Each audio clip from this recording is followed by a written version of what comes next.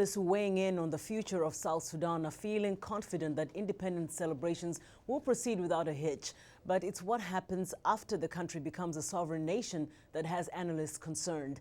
Castiel, host of Voice of America's Encounter radio program, recently sat down with Jonathan Temin of the U.S. Institute of Peace and David Shinn, former U.S. ambassador to Ethiopia and Burkina Faso, for their perspectives on the future of South Sudan.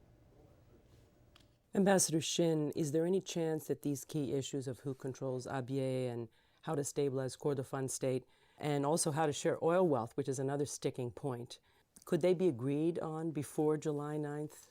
Conceivably, there could be agreement on the sharing of the oil wealth before July 9. According to Thabo Mbeki, who leads the high-level Africa Union panel trying to sort these issues out, there's been a lot of progress on that issue. I don't think there's any possibility of having agreement on southern Kordofan. And Jonathan, do you also think that some kind of an oil sharing agreement can be reached by July 9th? And what about Abyei and southern Kordofan? Both sides are so heavily dependent on oil revenue that it's ultimately in both of their interests to make a deal. And I suspect that those interests may win out at the end of the day.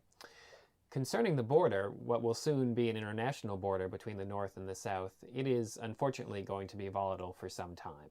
Given all the groups that migrate over the border and given the fact that so much of the oil is concentrated around the border area, just leads to the suspicion on my part that the violence around there is going to continue and that continued international engagement around the border in particular is going to be necessary. What's your sense of how the North will proceed its posture, after July 9th? The Northern Economic Minister the other day said publicly that he expects that about 37% of their revenue is going to be lost because of Southern secession and because of the Southern oil that will go with the South. When the economic cost of secession starts to hit in the North and starts to be felt by people in the North, that's when a lot of questions are going to come up. What do you think will be the greatest challenges for the new state of South Sudan? They also have a number of internal problems, whether corruption and other perhaps ethnic tensions. The lack of both human and physical infrastructure is the most immediate concern that they face, and it's woefully lacking throughout most of South Sudan, with perhaps the exception of Juba, where there's been a lot of progress recently, but even that has resulted in criticism because the other parts of South Sudan have said, look, all the money's going into Juba. The other significant problem is one of maintaining unity of the different ethnic groups, the diversity and divisions between the Shilluk and the Nuer on the one hand and the Dinka on the other. There are many other smaller ethnic groups in the country, particularly in Equatoria and the far south, that don't always see eye to eye with the rest of the southern Sudanese. And it's going to be very difficult to maintain this unity, particularly if resources are not shared equitably. And that leads to the issue of corruption. And that has been a serious problem in the South going back for many decades. This is nothing new. Jonathan, how do you see the challenges in the South? South Sudan gets about 98% of their revenue from oil when you take out all the international aid that they get. So it's basically all oil money. And it just comes to the government in a check every month, essentially. And that means there's very little accountability between the population and the government. There's no tax base, so there's no feedback mechanism there. And there's concerns about transparency in terms of government funding and where the oil revenue is going.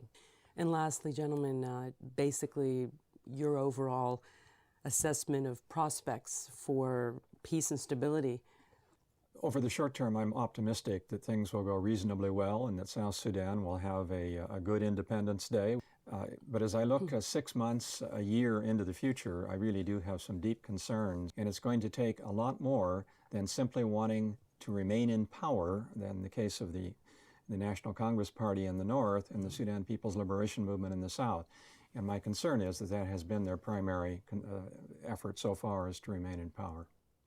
And the last word to you, Jonathan. The two states are deeply troubled. It's not because of the people of either state.